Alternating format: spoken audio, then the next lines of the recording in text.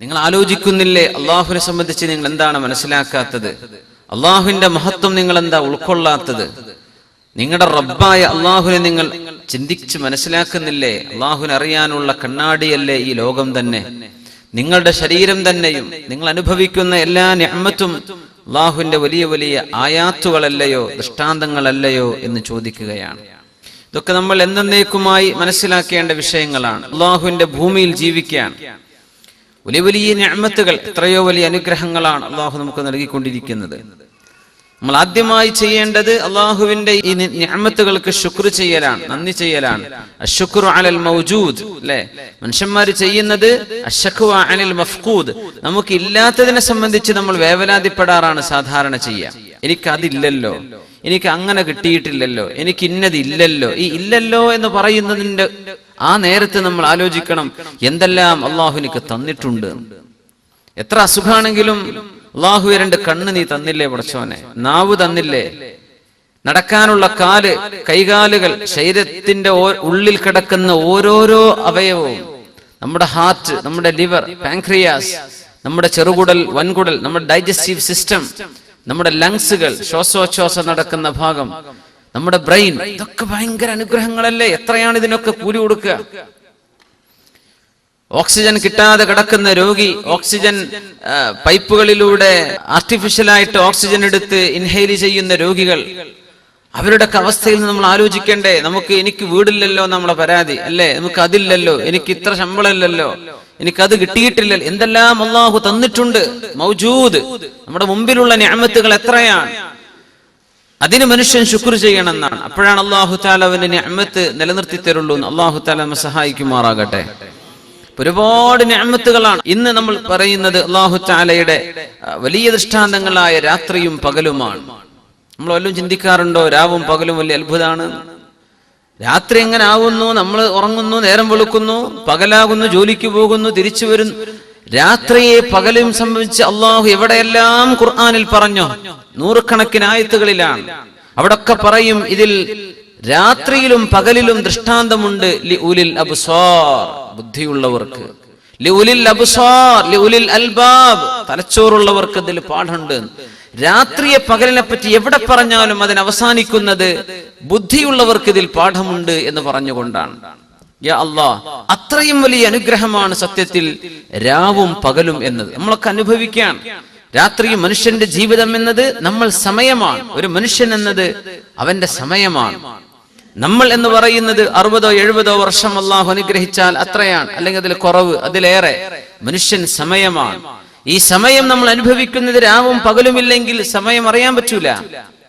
പക്ഷേ ഈ രാത്രിയാകുന്നത് എങ്ങനെയാണ് ഈ പകലാകുന്നത്? പകലിൽ അള്ളാഹു നൽകുന്ന വെളിച്ചത്തോട് തത്തുല്യമായ വെളിച്ചം മനുഷ്യൻ ഉണ്ടാക്കണമെങ്കിൽ എത്ര ബൾബ് കത്തിക്കണം? എന്നാലാവോ സൂര്യപ്രകാശത്തോളം? എത്തില്ല.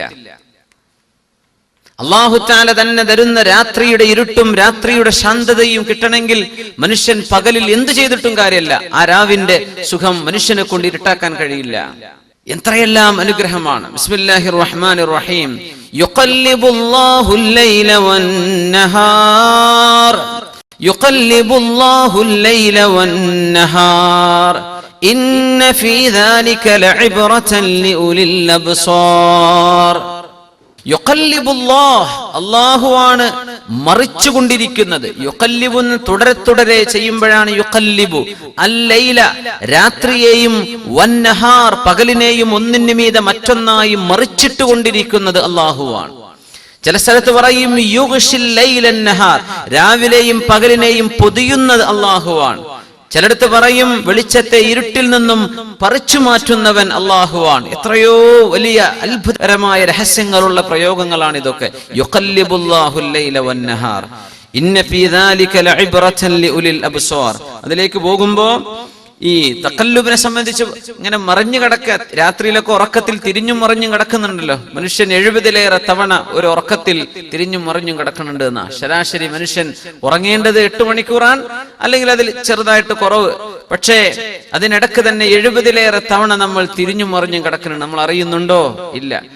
എങ്ങാനും അങ്ങനെ ഒരു തഖല്ലുബിൽ അറിഞ്ഞാൽ, റസൂലുള്ളാഹി സ്വല്ലല്ലാഹു അലൈഹി വസല്ലം ഉറങ്ങുമ്പോൾ അങ്ങനെ തിരിഞ്ഞു മറിഞ്ഞു കിടന്നു തഖല്ലുബ്.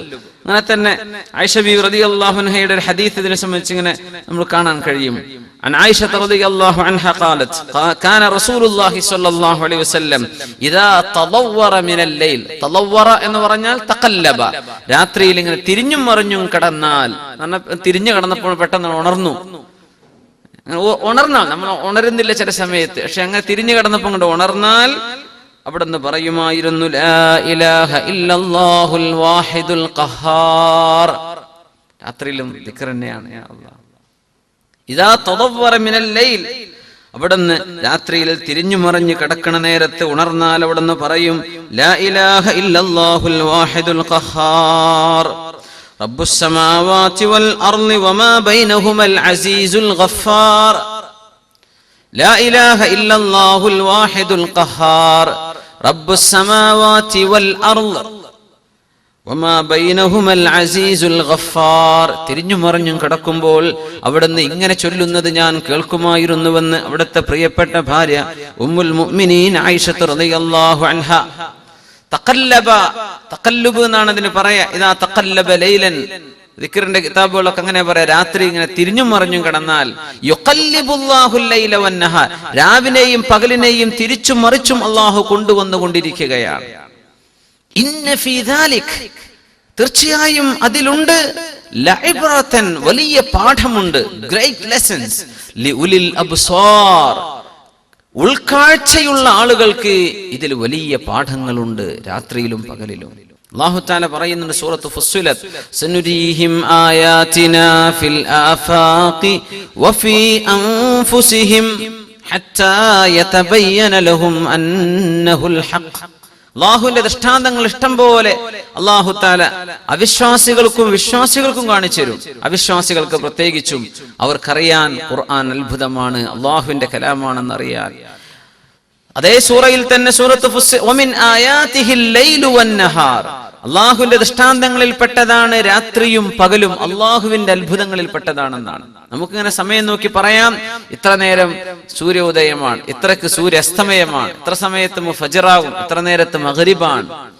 ഇങ്ങനെ കാൽക്കുലേഷൻ ചെയ്യാൻ പറ്റിയത് എങ്ങനെയാണ്? ഈ രാത്രി അല്ലാഹു കൊണ്ടുവന്നില്ലെങ്കിൽ ആര് കൊണ്ടുവന്നു തരും? യാ അല്ലാഹ്. എങ്ങനെയാണ് ഈ രാത്രിയാകുന്നത്? രാത്രി എന്ന് പറഞ്ഞാൽ തന്നെ ഭൂമിയുടെ കറക്കവും സൂര്യന്റെ ഭ്രമണം, ഭൂമി സൂര്യന് ചുറ്റുമുള്ള ഭ്രമണം, ഇതെല്ലാം ആശ്രയിച്ചിരിക്കുന്നു രാവ് പകൽ എന്നുള്ള പ്രയോഗം. രാത്രിയും പകലും അനുഭവിക്കണമെങ്കിൽ ഭൂമിയുടെ സ്വയം കറക്കം അറിയണം.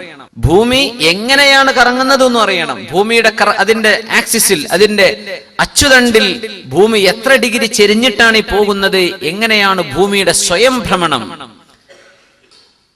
സുബ്ഹാനല്ലാഹ്. ആ സ്വയം ഭ്രമണത്തോടുകൂടെ സൂര്യനെ ലക്ഷ്യമാക്കി, സൂര്യനെ കേന്ദ്രമാക്കി സൂര്യന്റെ ചുറ്റും ഭൂമി കറങ്ങിക്കൊണ്ടിരിക്കുകയാണ്. അപ്പോഴാണ് നമുക്കൊരു വർഷം പൂർത്തിയാകുന്നത്. ഭൂമിയുടെ ഈ കറക്കമില്ലായിരുന്നുവെങ്കിൽ നമുക്ക് രാത്രിയും പകലും ഇല്ല. ഭൂമി സ്വയം കറങ്ങണില്ലെങ്കിൽ ഒരു കൂട്ടർക്ക് എന്നും പകൽ തന്നെയാണ്, അല്ലെങ്കിൽ ഒരു കൂട്ടർക്ക് എന്നും രാത്രിയാണ്.